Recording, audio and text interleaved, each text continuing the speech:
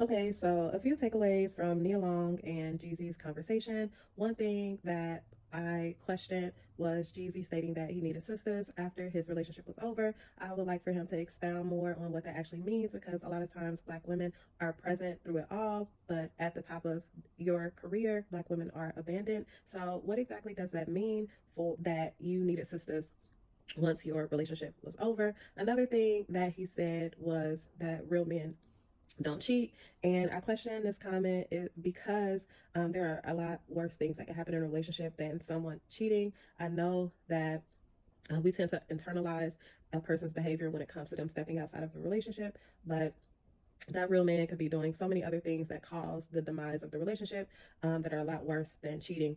One takeaway that I did have in understanding Jeezy's life's experiences is that Jeezy definitely has a history of PTSD, which means that there's a certain kind of woman that he would not be able to be with because it won't be supportive of his mental health. And I do think that men have a hard time, especially Black men, have a hard time choosing a woman that understands what they've been through in their lives and that can actually relate and empathize with the experiences that they've had, especially when you have a history of PTSD and going through certain experiences. You have to be with a certain type of woman in order to feel heard, supported, and experience like that empathy and compassion that you need in order to have a sustainable relationship. One thing that I really appreciated about Nia Long was one, her sharing her history of dating the type of men that she used to date. She shared some things about her past relationship and how difficult it was for her, especially going through the process of forgiveness and knowing that at some point she wanted to see if she could make things work in that relationship, and ultimately choosing herself in the end.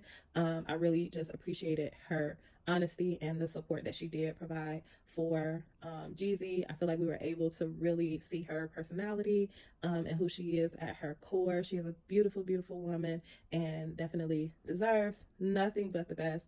I really appreciate her and Jeezy's dialogue because one thing that Jeezy was right about is that Black men and Black women have to be more open to having these conversations, especially publicly, to be able to provide each other with the support without feeling like we are enemies and at odds. There's a lot of divisiveness on the internet and in the public's eye.